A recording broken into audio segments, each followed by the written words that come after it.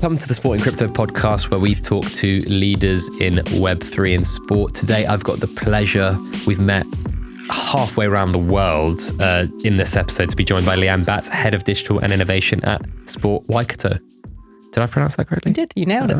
Yeah. How's it going? Yeah, really good. Good to be in Los Angeles with you. I know, finally. Dubai was like, so close to happening, but then the floods really stopped us. Why don't you tell the audience, people that are watching, listening, a little bit more about yourself and your journey? Yeah, for sure. Well, I guess my journey in sport really starts as a player. First and foremost, I was a football or a soccer player, depending on where you sit in the world. But that really kind of garnered, I guess, the love for sport. And then my first role in this area was actually with FC Barcelona, where I became the regional partner down in the ANZ region and ran for them clinics, essentially. They call it a Escola program, or their Barca Academy now. And really what it is delivering training the Barca way into, a young age group and growing their customer lifetime value. So if you create a fan from 6 by giving them a week, they'll never forget. So I ran that around Australia, New Zealand, Canada and China. And with that, because I'm a very good Kiwi, in the back of my mind, I was like, the All Blacks should be doing this. It was always, right from the start, I was like, I'd love to see this. And so after 4.5 years with Barca, went to New Zealand Rugby, knocked on the door. New Zealand being New Zealand, I got, had introductions and connections in because we all know each other, and pitched them the same concept. If I was to come and do this here and do it from, kind of the vice versa, instead of being the partner, I'll help you run it and find partners globally. And so that's what actually began me on my journey into the All Blacks and working under those, the New Zealand Rugby banner. But I was also quite pregnant at the time, so I had 1 month to write them a plan for this clinics program and to kind of get that off the ground. And then when I returned from maternity leave, I came back into what I would call, strategic business development, shall we call it. So this background of youth engagement and kind of the commercial and global, commercial growth of brand put me into a space where I was looking at all the fringe or edge cases of what we might do as a business and when we might take the brand, or brands, I should say, because it was Black Ferns and All Blacks. And so it included things like fashion and things like that, but also obviously very digital focus. Esports was part of my remit. We actually launched a program called Performance Labs, which is sort of like a masterclass or leadership training for C-suites. And that's still out there now. So all this sort of weird stuff. One of those things, and because I went down the rabbit hole on my own accord, when the real hype phase of Web3 kind of took off, I was sort of Johnny on the spot to start dealing with what was the inbound requests and proposals at the time when the bull market really took off. Can you recall what got you down the rabbit hole? Yeah, I can. Funnily, it's really cliche to say, but it was very much Bored Ape Yacht Club. Right. So for me, we've discussed this off air, but I'm really not from a financial background. That didn't really interest me. If anything, it really confused me about what Bitcoin was, how that worked. I sort of was like, oof, that hurts my brain. I kind of don't want to go there. But I guess I'd looked into it a little. And then, so when it was purely financial, I sort of was like, yeah, it's not really for me. I'm not that interested. But when I saw Bored Ape Yacht Club come out, what was interesting to me was not only like, wow, these things are one-of-one artworks. I thought that was really cool and you could, prove that. But what really got me, and this is where I went, whoa, I see this technology and the power of this technology, was the coordination of complete internet strangers. They didn't know each other. They didn't have to. They just had to have this token and have the narrative, and then they could actually, it started a movement. And I found that incredibly interesting because my background was marketing and psychology. So I, from a consumer behavior standpoint, I was like, this is very powerful technology. And so over the hill into the hole and sort of just kept digging. I remember when we first had Tarek Nizlawi on episode 1. Yep. That was not his moment because he was kind of into the financial side as well. But the brain twig moment of this is decentralizing the commercial side of the IP was a big moment that twigged in his brain. Yeah. Was that something that was equally interesting to you? Yeah, I think so, right? Like that was the thing that really aligned these internet strangers. All of a sudden we have this IP that we can collectively put out there, and Bored Ape were really innovative, I guess they were just open. We hadn't seen this with IP before. Made by Apes was eventually what they kind of came to, and all the rest of all this sort of stuff started coming out, and you saw the creativity. And all of those things combined were just, there's something here that we've never seen before. That really interested me. And let's talk a little bit more about your time at New Zealand Rugby. Head of Web3 and Digital Innovation is quite a punchy title, especially in 2021. You said it started falling into your lap internally. Yeah. Putting your hand up saying, I kind of know a little bit about this. How does it go from it being like 1% of your job to a lot of your job? Yeah. Quickly when you've got a bull market, right? Because if you recall the time, it feels like 100 years ago, but we were literally being inundated, and the tech was so new that no one else had a clue, like no one even knew what that was, right? And honestly, if you had asked me at the time, I would have gone, I know next to nothing about this. Mm-hmm. The difference is that the reason I'd gone down the rabbit hole on my own accord was I was really into sustainability at the time, to become a new mum. So it was quite a focus. And of course, if you remember the headlines, it was all that this is absolutely terrible for the planet. And I sort of was torn between, I can see how powerful and interesting this technology is. I think it's inevitable, but we can't go down that and have it be bad for the planet. It can't actually do what it's doing. So what is going to happen here? And so this made me go into a layer of beyond the communities that were forming and the IP and into what are smart contracts, what's the consensus mechanisms, what's proof of work, what's proof of stake. Yeah. So really nerded out, right? And so when these inbound kind of proposals were coming in, I was able to have these conversations with what were these companies that were also really new, because everyone was no one was an expert back then. We were all sort of learning as we sort of went. And what happened was I quickly found out that I knew a lot more than the people that were pitching me, because I could be asking the questions. They were like, well, you don't know the answer to that. And to my boss, he was like, how do you know so much about this stuff? And so very, very quickly it sort of spiraled into, oh, you know everything there is to know, off you go, which was absolutely not true. I learned a lot and still am learning a lot. And if you think about it from a commercial perspective, it was interesting to position me with that title, because that, we were looking at sponsorships, we were looking at partnerships. If we were going to go through with that, we would have needed someone in place that had know-how. So, and can you recall any crazy stories or conversations you had at the time that you can share, where you were just kind of maybe at the time thinking this is a bit weird, and then in retrospect being like, that was just insane? Yeah, I mean, there's many that are probably more personal, but I mean, the one thing I managed to get over the line at with the All Blacks was taking the Black Ferns into the world of women, or the world of women into the Black Ferns, right? And this was all around the metaverse, I guess. The World Cup that was in New Zealand, Women's World Cup was in New Zealand. Black Ferns were playing, and we wanted to go into the space. We wanted to dip a toe, if you will. Very safe sort of entry. And the entries that I'd seen work very well tended to be around, Visa acquired a CryptoPunk. You saw Adidas do a similar with Bored Ape.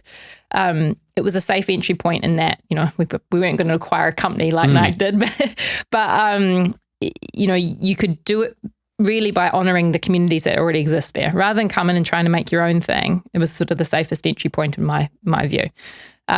So we acquired 33 World of Women Galaxy, so the more affordable version.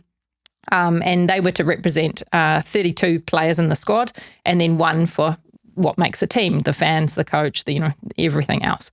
And the point was that we would go into the World Cup with not only New Zealand behind us, but the world of women behind us as well. And that was the narrative. Smart.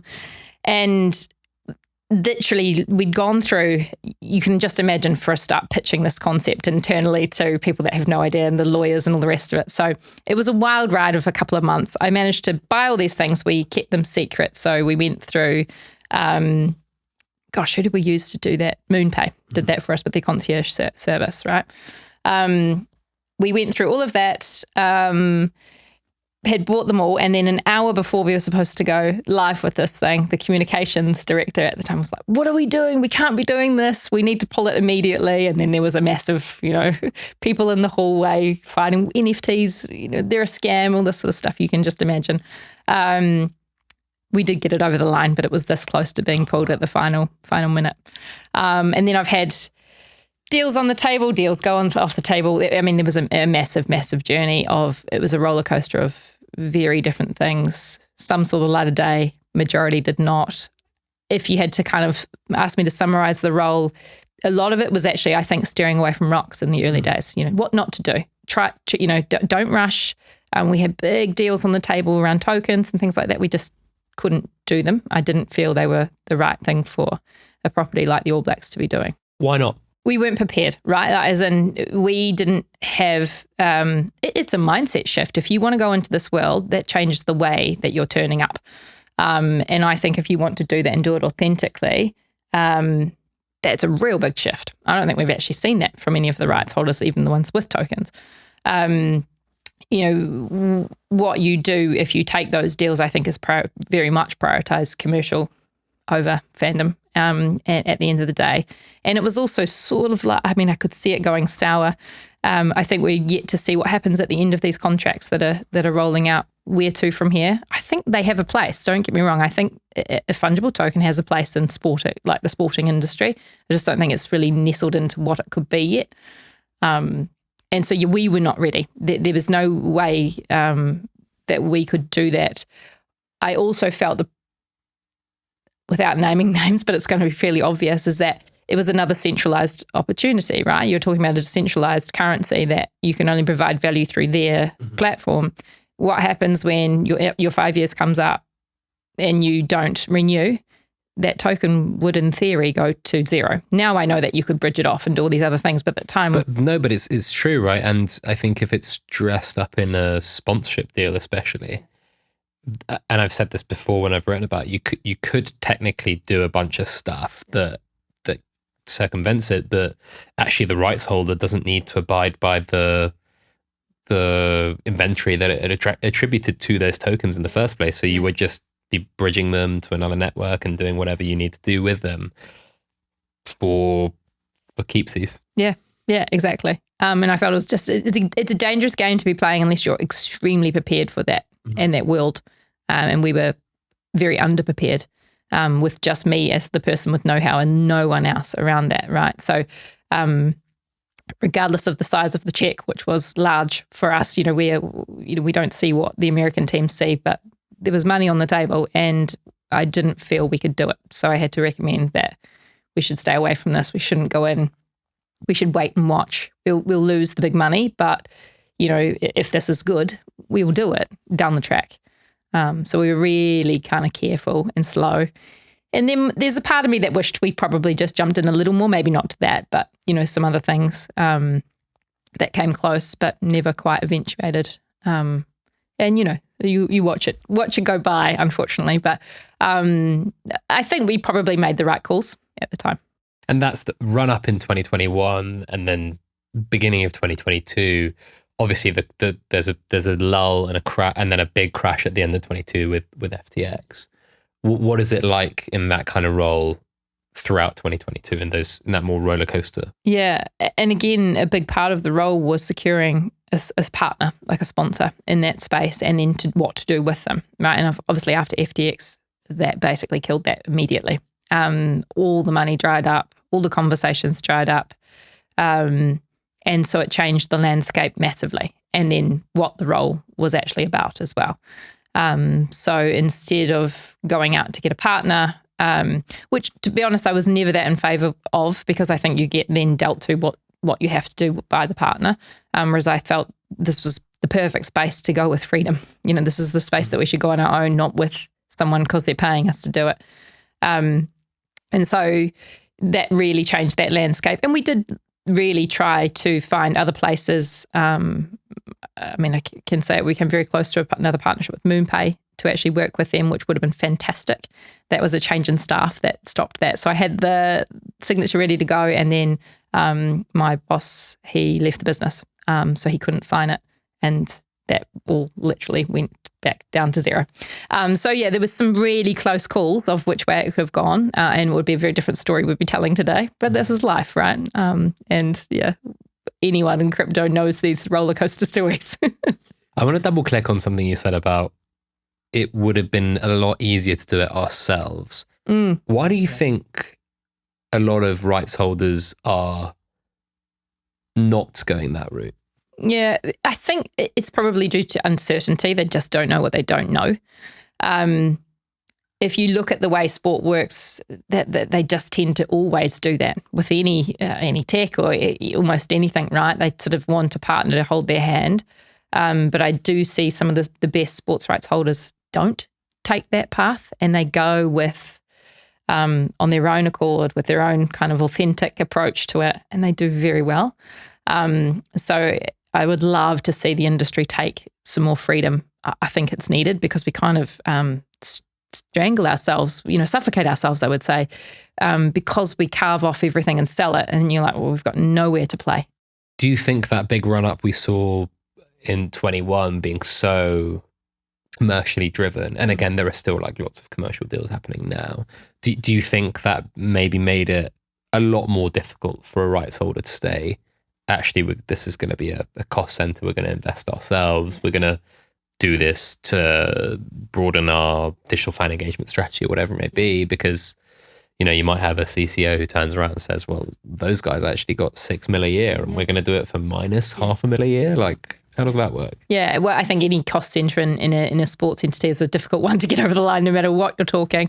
But you're absolutely right. You think pre-FTX, roughly, the mindset was, multiple millions of dollars on the table. That's what we expect. And then all of a sudden that shrunk down to, well, basically there's nothing there. And if there is, it's really outside blockchains that I was like, we don't want to be building on that. It's far too much of an island. Some blockchains that aren't even around today, for example. So, it really shifted. And this is where I guess that 2022 conversation was really different, that if we want to do something here, we need to build it from the ground up. We want to build with freedom, and this is what we want to do. And that's where I was wanting to work with MoonPay, which was a very different arrangement in that it was what I'd pitched to them around building an online community, how we wanted to go about doing it, and they would support us in doing that and effectively like fund that build, but also get it back as we monetized. So a very, very different partnership model than here's our brand, slap it everywhere you can, and also you must, we're your exclusive partner, so you must do X, Y, and Z.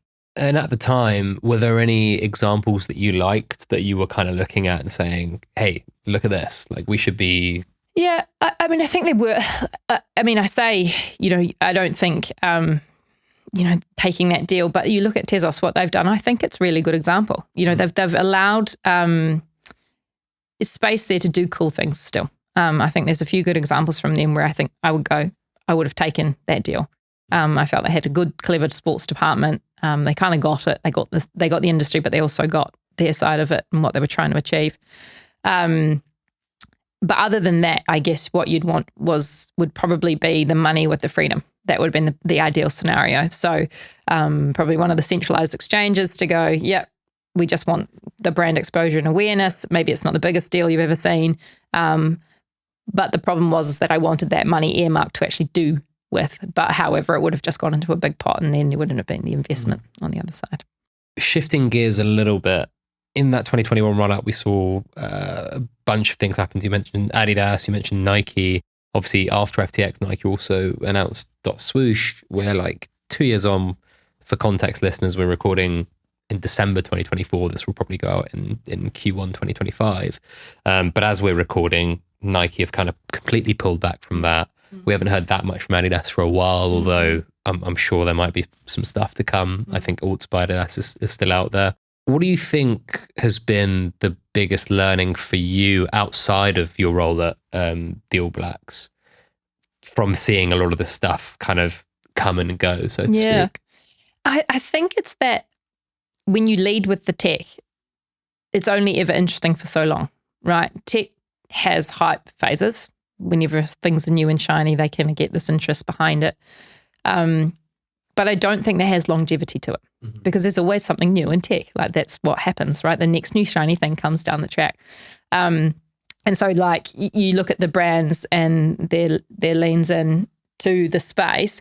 I don't think there's anything wrong with them. I've also read your newsletter on Nike, and I think your assessment's really bang on that they probably would have kept it up had everything else also been humming along nicely. It's just that they have to get back to basics and do that well. Otherwise, they don't have company to build this next brick on, right? So it is about pull out of the odd and the edge and the fringe. Let's come back to doing what we're supposed to be doing really well and do that. So I can understand their withdrawal. I don't think it's probably anything bigger than that. Do I wish they'd do it a little differently? Probably. And I think like these brands, I think they're not going quiet. They hopefully what they are doing is just building in the right way, where it's not tech led. It's not all about rah Web3 tokens. It's just going to be part of it. Like tokenization actually doesn't need to be front and center. We don't need to talk about it. It shouldn't be, hey, AI is this. It's just we're enabling this behavior or empowering this behavior. It happens that the tech's the thing that's allowing that to happen.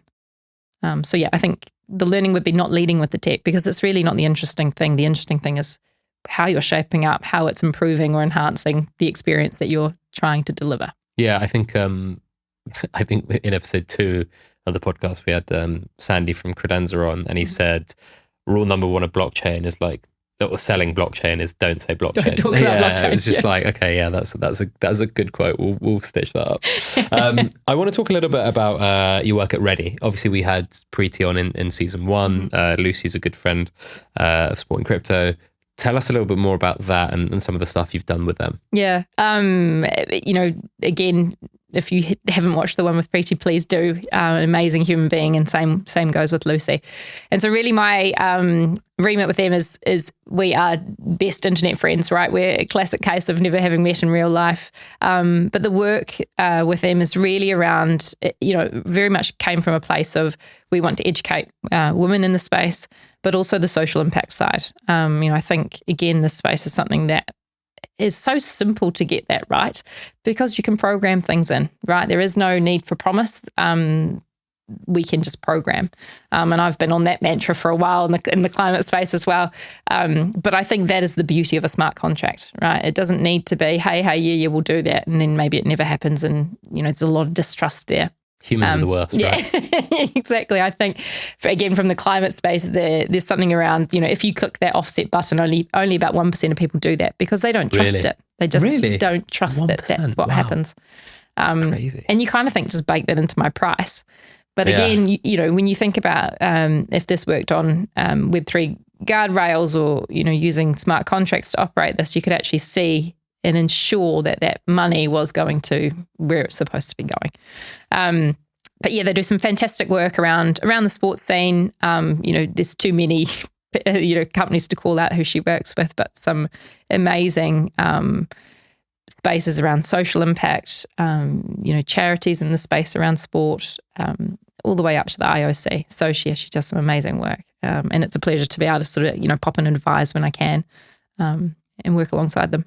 I am interested and excited to see where some of the social impact stuff goes, or just, I think that with the 2021 cycle, we saw crypto cross this cultural chasm, right? It went from weird speculative financial thing to like your cousins calling you and asking you about like Bored Apes, right? And again, was another wildly speculative bubble, but what it did is it removed the fact that was crypto was only this financial thing. And I think that was a big bridge to cross from a culture, from a consumer perspective. And I think a lot of that has stayed. I think there was the whole movement of like DAOs and like on-chain communities and NFTs. A lot of that has waned a little bit, but I do think there'll probably be a resurgence at some point. Maybe not price-wise and speculation-wise, but in terms of activity. Where do you see the community element, the decentralized community or on-chain community element being or having a big impact in sport? Because I think when having conversations with Preeti, actually, she's always like, well, a DAO is basically a co-op, but like on-chain. So like this should work, right? And so where are the hurdles currently? Yeah. I think it is to do with that financialization of everything, right? You have to think about the token design and the tokenomics. So there isn't this, speculative angle to it. Which can be done. I think it can be done. Kraus House did that. Like Kraus token is not tradable. It's just a governance token, and they funded through an NFT sale that was. So I think that I think there's definitely going to be ways to do it. I agree. Yeah, I totally agree. I just don't think it's found its landing place yet. Yeah. And I think, we've talked about it again. I think as sport continues to change and sort of redefine itself as all this sort of fragmentation's coming in with alternate leagues, women's sport, all these sort of different fandoms with different entry points that are not traditional, shall we say, you'll see space for this sort of stuff to happen. And again, that's what attracted me right in the first place. How do you create a movement about people that care about something? This is the right technology for that. Sport is a great example of an industry that could house that and do that because people are so passionate. But yeah, where I think it gets lost is it gets confused into, is it speculative? Is it not? Actually, how do we design this so it's not? And then a little bit of user experience, right? Like it's just not quite simple enough yet to get people into it. But that is coming. That's not far away before this is something that's just done. Yeah, I think it always happens a lot faster than you think.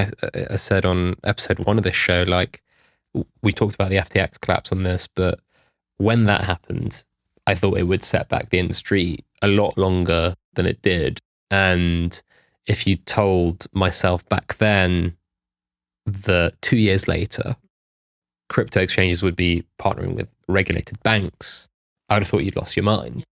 But it just happens a lot quicker than you think. And so, again, DAOs died a sweet death, so to speak, in 2022 and 23.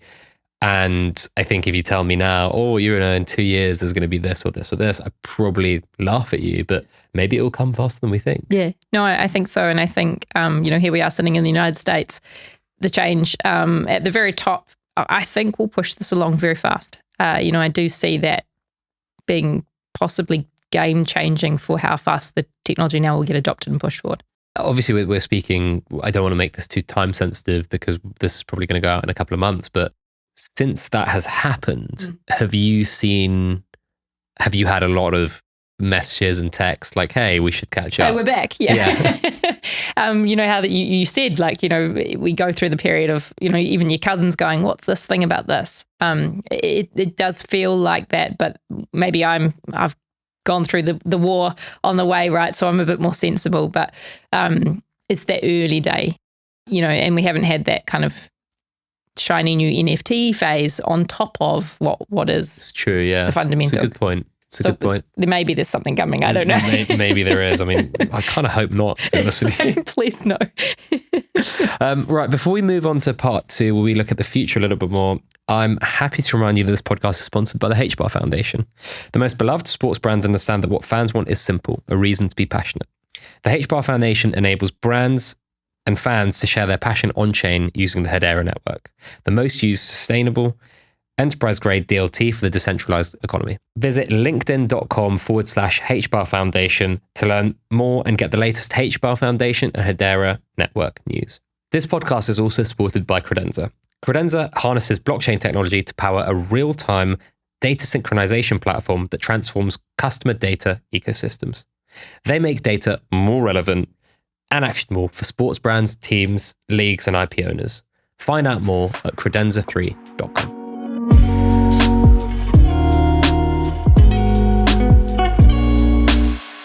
On to part 2, where we talk a little bit more about the future. So I want to ask you, if you're a rights holder right now in sport, and I know you still do a lot of work in the space in terms of speaking to a lot of brands and stuff, where do you think the big opportunity is on the Web3 side at the moment? It's a really good question. I think you have to carve out probably somewhere net new to play. And always, this is my mantra at my time with New Zealand Rugby and the All Blacks, it is really around, I know it's really cliche to say, but it's around building that digital online community and how you then use this technology to enhance that. And a really good example, I think is One Football. I think they've gone the right route. When I was looking at how do you create a community online that you want to be both have some sort of scarcity because that's personalized and interesting, but also never actually shut the door and go there's only 10,000 and that's all that can ever be. Because then all that turns into is kind of this financial, and also that's not the point, right? We want to be with whoever the fans are, wherever they are. And I always thought this like fan ID, personalized domain name kind of, or naming service was really interesting. And I think there's something interesting around here that will continue to grow in each of their areas or brand names or however it might be. If I'm an Arsenal fan, I might get Leanne.Arsenal and, sorry, every other Leanne, I'm in first or whatever it might be. So I feel like that space would be something that I would explore. I also really, really, really think there is a piece around fan ownership. We've seen Cedars and, a number of teams kind of put up some sort of fan-owned portion of the team. I don't think that's going away. I think that will only grow. And I think, again, the technology will be behind it. So if I'm a rights holder right now, and depending on the place that you're allowed to play and on the structure of what rights holder you've got, those are the two places that I'm looking, okay, this is really interesting stuff. I think the scarcity element's really interesting because I think you can, and I think gaming's proved this, you can create a game that has an abundance of digital items where some are much more valuable than others. So you can fit that kind of speculative element into something that is a mass consumer play. I don't really know why you can't do that on chain outside of gaming. And so, the One Football example is a good one. What Reddit have done in the past is also a good idea, a good thing. I mean, even Nike with .swoosh, those weren't closed off. Like there was, almost 400,000 claims of the Nike .swoosh ID. It's not a small number. It's about how you can service that excitement and speculation in the same way that sneakerhead culture has done, where there are limits, there is exclusivity, but it is a big market. Right? It isn't like only 5,000 people buy these kind of expensive limited edition sneakers.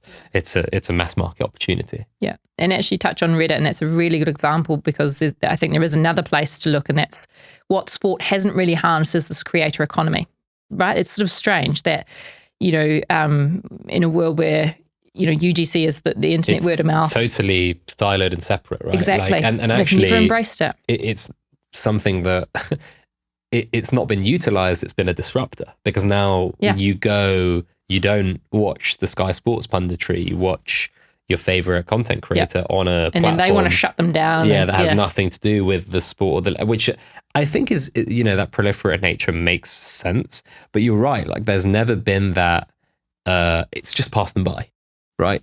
And actually, how do I then turn these consumers or fans into amplifiers, ambassadors, people that are making money, multipliers? But then people, that then end up spending more at us. And I think indirectly they do, but if there's not that like direct connectivity, and that's very difficult to create authentically when you haven't done it from the ground up. That's right. Yeah. But I think there's a place to play there where you actually can, again, it runs on Web3 guardrails. That's how you share the revenue. It's all smart contracted and that kind of thing. I think there's something there as well.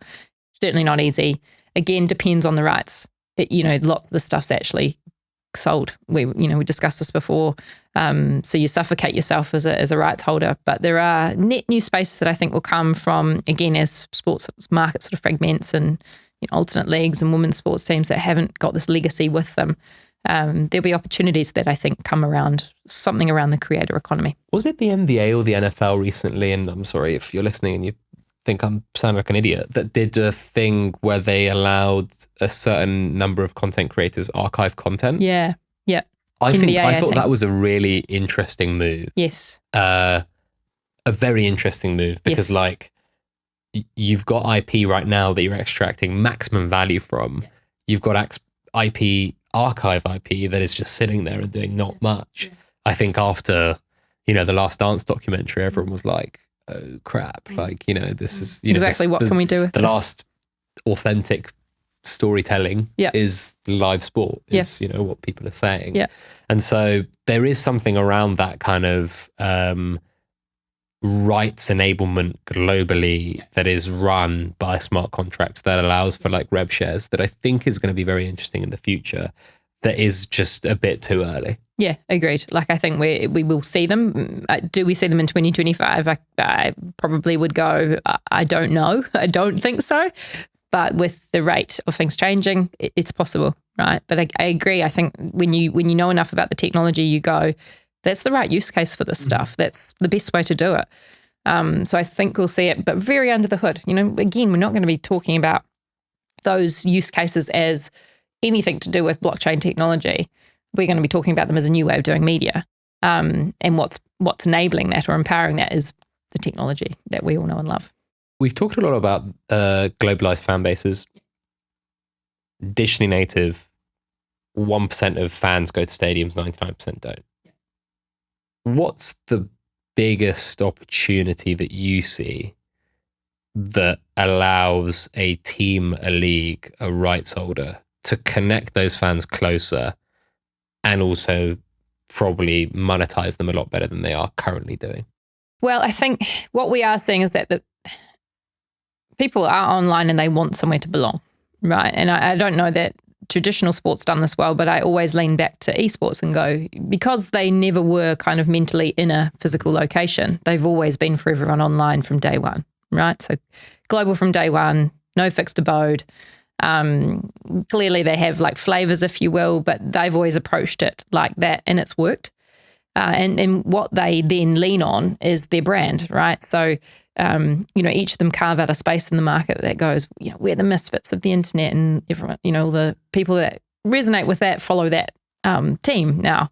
And I think sports can learn from that. Again, we sort of touched on this earlier, off this, but I think what we will see is sports teams or franchises or rights holders come from cities where the city isn't really the thing anymore. That's really interesting to think about, yeah. And we're seeing this in women's football. Women's sport is because there's lots of new teams kind of cropping up. But you'll see Boston just put in a new NWSL team, and it's called Boss Nation. So again, that could actually appeal to anyone. Angel City FC. So you don't know it's just LA. It broadly speaks to a lot more people in a bigger way. And I think there's learnings there from esports that traditional sports could use to think more global, to think less around this, space where the 1% may only ever get to. But there is, I'll caveat that with, there is something about the core of the brand having that legacy and heritage that they then export to the world. What's special about that place that they then take. But I feel like, outside of the top 6, say, football teams, there's a real need to kind of do that. Yeah, I mean, we saw with the Crawley Town thing where they wanted to be the internet's team, and actually a lot of the principles there are not wrong. It's just you're trying to take the heritage of an existing team that wasn't wanting to go there, that didn't want to go onto the internet, right? And I think that's really difficult when you're trying to take an existing consumer base, fan base, into a realm, something that they don't want to have participation in. And let's be honest, there might not be an immediate need nor kind of like reward for doing so as a fan. And actually that's where some of the more crypto native brands have been able to leverage this, the digital nativity, like Yuga Labs, Pudgy Penguins, etc. They've been able to start internet native and grow internet native. We even, we were talking about it on the car over within esports, like there is the nativity digitally, but with publishers having so much power, it's difficult to like commercialize and scale without feeling like the rug could be taken up from under you at any point, right? Yes, like you live on Facebook, you live on, and at any moment they could pull that away from you. Yeah. Exactly. And I mean, that's going to be a very interesting space. I mean, I don't know that I know any of what's actually going to happen here, but I do feel there is something interesting there around the internet team. And there's been a number of stabs in it in the past, right? But there wasn't probably the technology to actually facilitate that and really go hard at that. So I agree. Like, I think the principles of the Crawley Town attempt was, a lot of them are right. A lot of them are bang on the money. What you were dealing with, though, was something very traditional, very heritage. So you probably, again, need to start net new. You need to start from a clean slate going, unless you've got a very unique situation. And it probably needs to be well thought out where it's from. And it might actually be that it speaks to a region as opposed to a country or a city or anything like that. And it's just from that region, and it joins probably an established league. But I think we actually saw examples in sport during COVID where that happened. The team was away from their country playing. And we had this case in New Zealand where one of our rugby league teams was playing because we aren't big enough to have our own leagues. We play in the Australian leagues often. They actually based themselves in Australia. They were a New Zealand's team still, but they were based in Australia. And so we just watched away games. But you think about viewing, more than likely going to be watching on TV or, some sort of streaming. You don't need home games all the time, actually. It can be delivered, especially as we're moving into worlds of VR, AR, all that sort of stuff. You'll be able to get that person very close to the live match without sitting in a stadium. Yeah, probably faster than we think. Absolutely. It's quite interesting to think about, the Harlem Globetrotters. Yeah. I mean, you wrote a piece about the Savannah Bananas as well. Which is bonkers. It is crazy, but it is those brands, almost that IP that maybe has some heritage affiliation to one specific place, feels more like a global brand. No, exactly. And I mean, that Savannah Bananas example is absolutely nuts, right? Just to recap, that is, this is just TikTok numbers, but we all know that these are important signals, right? They nearly double the top 5 most valuable MLB teams. Nearly double, the combined 5. So they are resonating. They're not just the Savannah Bananas. They're actually gone on and got a number of teams now. They've started a league. It's all centrally owned by them still. But it's true sport. They're not. Yeah. It's not the Harlem Globetrotters where it was just a show or WWE or whatever sport entertainment. But what they do is put the fan first, and they've designed a game that's left them with that space to breathe and oxygen to be creative and go to the places that they need to go. Whereas you'll see the traditional sports are suffocating themselves with all these deals that they're taking that don't allow them to actually be able to, the freedoms to go to where they want to go and where they need to go. And so this is why I think you'll see these outsized growth from things like this, because they're just speaking the language of what people want now a lot better. The trend is very interesting, isn't it? And I don't know how long it will last or if it will consolidate, but Kings League as well. Yeah, massive. Baller League. Yeah, Baller League as well. We've just seen their entrance to the UK. I mean, there are some Sunday League teams that have been YouTube native since the start that actually outsell a lot of championship teams in the UK, like Division 2, which is crazy because those stadiums shouldn't happen, right? Yeah, shouldn't happen. 10, 20, 30, 40,000 person stadiums that are filled every week that are getting outsold by, in terms of merchandising and shirt sales, by a Sunday League team, which is a crazy thing to have told someone 10, 15 years ago. No one would have believed you. It's just the case of being able to reach anyone in the world at the touch of the button or at the touch of creating content. It's a real game changer that I think traditional sports brands are still a bit slow to and probably will get disrupted by eventually. I mean, I saw the most crypto bro thing I saw, and I don't even know if it was a legit article, but it made me think kind of outside the box. It was a bunch of crypto billionaires and funds were trying to fund the creation of a new city. Oh, wow. Or new country. Even. I've seen this. You saw that, right? Yeah. And I was kind of that's just so dumb. But actually, when we were just talking about if you could be heritage and geography agnostic as a team or sports IP, and that was built on Web3 rails, I kind of I don't get it, but I was just that kind of twigs a little bit. Yeah, it does. There's something there. I'm not saying I've got it all sorted. I would live there, put it this way. 100%. So I ask this question all the time to guess, what are crypto skeptics right about? I guess that they come from a place of probably not wanting to financialize everything. Which, by the way, I agree with. Yeah, same. Right. Nothing wrong with having that opinion. Correct, right? So, the hyper-financialization of everything, which we are seeing, right? And I don't necessarily think that's a great thing. but I think it will be somewhat inevitable. Like, there's a lot of things about the future I go, well, you might not like it. I just think you need to understand these things are probably coming. So, I mean, I don't think it's a scam. I think there are a lot of scams. I've been scammed too many times to be proud of. And this happens in the real world too, right? Like, if you want to really bring it down. So it's they're definitely right about that. It's just not that sweeping statement that it is a scam. There are just many scams. People can scam you left, right, and centre. There's no helpline to call once you do get scammed. So it's all on you. That sovereignty and independence is very alien to us. That is exactly right. So that is the other side of that coin. Although, if I send you 20 grand right now, bank account to bank account, if I call my bank account and say that was fraud, like, yeah, that's it, right? Yeah. It's literally changed legislation in the UK about fraud and who's kind of like liable for that, because people's lives are being ruined, right? And that's unfortunately also the case in crypto. Yeah, exactly right. So I don't necessarily think people are wrong around that. I think it's a little too wild for everyone. It's not ready for mainstream. Yeah. It's too wild. There needs to be regulation needs to catch up, which is what I love about what's possible. I know this will be early next year that people are watching this, but I think hopefully we see a lot of that come out of 2025, that there becomes sort of a sensible approach to this, as opposed to we just don't want to talk about it and we'll just try and squash it, to let's figure out how this is going to work. Let's figure out how to make this the best of both worlds if we can, or at least as close as possible, because it needs to happen. Otherwise, I agree with the people that poo-poo this and, stay away.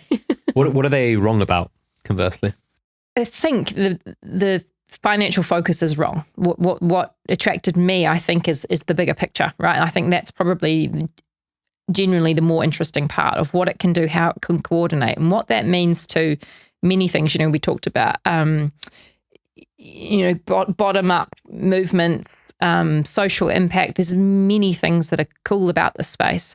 And the people that were early in building it are all about that. You think about the core kind of Ethereum team, and they aren't really here for the money at all. They've made money, but they were all about public goods. How do we get this out there, make sure that this is in the hands of the many, and that is not damaging to the ones that are already here.